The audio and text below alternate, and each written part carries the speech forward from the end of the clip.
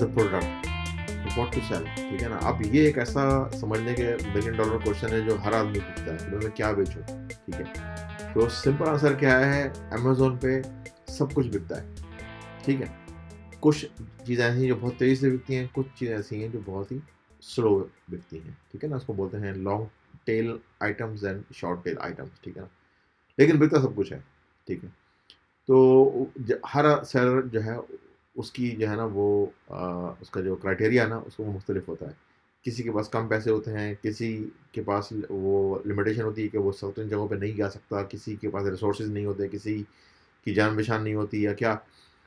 तो मतलब हर सेलर की अपनी एक प्रायोरिटी होती है। किसी को जो है वो खास तरह की प्रोडक्ट के बारे में बहुत अच्छी तरह से पता होता है, किसी को कोई चीज़ अच्छी नहीं लगती। अच्छा, एक और चीज़ बताऊँ कि ये अमेज़न पे एक और चीज़ है, बहुत सारे सेलर ये गलती करते हैं, वो चीज़ बेचने की कोशिश करते हैं जो उनको अच्छी लगती है, ठीक है।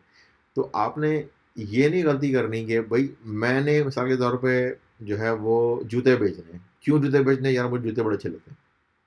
नहीं, आपने वो चीज़ बेचनी है जो अमेज़न पे बिकती है, ठीक है ना। आपने वो चीज़ नहीं बेचनी क्योंकि जिन लोगों ने खरीदनी है वो आप नहीं है, वो कस्टमर है, ठीक है ना। तो आपने इस तरह से जो है वो अपने माइंड को प्रोग्राम करना है कि सप्लाई डिमांड को समझना है कि डिमांड किस चीज़ की है। जब आपको मालूम हो कि डिमांड किस चीज़ की है तो आपने ढूँढना है कौन सा आइटम है, आपने फिर उसको सप्लाई करना है ताकि वो शिफ्ट हो सके, ठीक है।